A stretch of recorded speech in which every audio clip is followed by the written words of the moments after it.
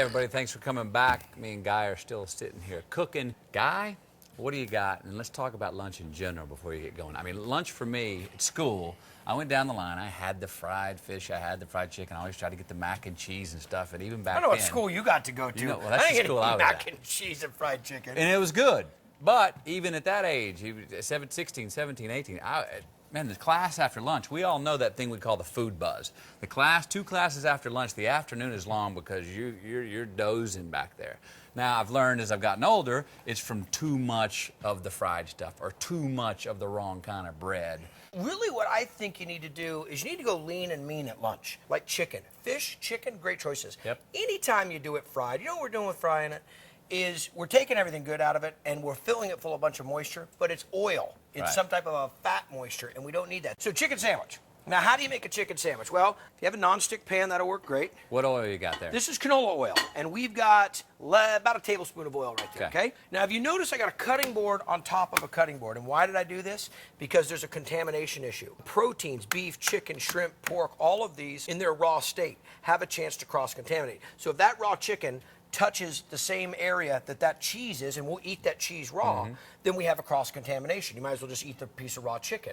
So we don't want to do that. So trying to keep the raw foods away from the foods that are going to be eaten immediately is a good idea. Just a touch of salt, season the breast, make sure that oil is coated around the pan, and just lay that bad boy down. I'm going to cut some of this bread. We got a French loaf here? Little Is that what this baguette. is? See how the breasts are starting to plump up a little Yep. bit? That's all the juices in there. And then take a look when we give this thing a flip. Look at that. Nice little golden brown on the color. outside. Now, one of the things I like to do with my bread sometimes to keep me from having too much bread is I'll core or bore out a little bit of the inside I there. call that canoeing it. Canoe the bread. Canoe the bread. This is called shallot.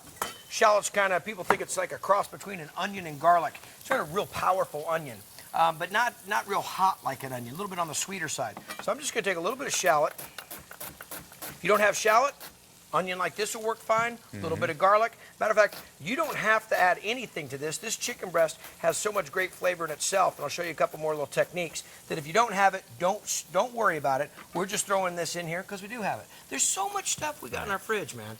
I mean, there's so much great ingredients that we have in our fridge that you could throw green onion in there. Any kind of vegetable you have can go right in there. Any of those vegetables we put in that omelet for breakfast could still go. Same idea. Yeah. Okay? Now, because it's cooking, I've got it browned on both sides. I'm looking good. I'm going to go now and just throw a lid on it and let some of that heat inside wrap around that chicken all the way. Lower the temperature just a little bit so it's not still as hot as it was, and we'll wrap it in heat, and we got this thing inside about 450, 500 degrees right now. Bingo. Go ahead and pop that. Watch this. Well, look at all this Just flavor. a little bit coming on out. Okay? And look at all this. Now, people start to say, well, I'm burning the bottom of the pan. What am I going to do? This is probably one of the greatest techniques you can learn. This is called deglazing. You can deglaze with anything. You can deglaze with water. I'm going to use a little chicken stock. Okay? And what's going to happen now is that chicken stock is going to help bring all that flavor. Smell that. It's going to bring all that flavor off the bottom of the pan. We throw the lid back on that. We let that go a couple more minutes.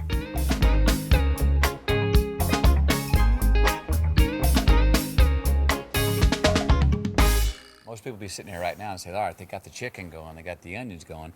Why don't we ladle this with mayonnaise and everything else? But we don't have to. That's my key. The sauce that we just added, the chicken stock that we just added in there, with the natural juices of the chicken, with the flavor of the onions and the shallots, you wait till you see. It's almost going to have its own little sauce. Right. If you cook it the right way, it's got its natural moisture. Let's throw these on the grill, put a little toast on them. If you don't have a grill, pop them in the oven, either or. Now, what are we going to take here? We'll take about an ounce and a half of cheese. This is mozzarella. All right. Any kind of cheese you have. But here's the deal with cheese. Again, it's to add some texture and add some flavor. You don't have to pile it on. So this kind of thing, Look at I don't know how many of you practice it, but you can make this sandwich still in the morning and take it to school with you if you want. As long as the protein doesn't stay in what we call the danger zone, and that's between 40 degrees and 140 degrees, as long as it doesn't stay in that zone for more than 4 hours. You leave for school at 8 o'clock and you eat your lunch by noon, and that's if it's raw. You got plenty of time. This will taste better cold than anything processed you'll buy. Look at that right there. Now, this is the kicker. See that right here? I'm not even going to add any butter to this because I got some of the cheese that's melted in there. But I'm going to take this right onto here. There's some of the, look at all the sauce. That's your moisture that you add when you add in your fat, when you add in your mayonnaise. I'm gonna all add that juice. some, these are spinach greens, but any lettuce, any green lettuce you got's gonna work, Any right? green lettuce. Here's why you want to do it. You're moving, you're going through all the food groups right now. You got the grains with the bread, you got the protein, you got the dairy with the cheese, and now why don't we fortify it with a little bit of the veg? Okay? You can put tomato on that, you can put whatever you want. Anywhere you want to go. Take this, grab that, and just take a look at that. Look at how much juice is coming out of that chicken. Not rocket science, simple. No. Pay attention to what you're doing. Just use the ingredients you have available. We didn't set this up like a stage. We had the chicken ready and that was it. That's good lunch, man. JKL, baby. Just keep living. That killer or what?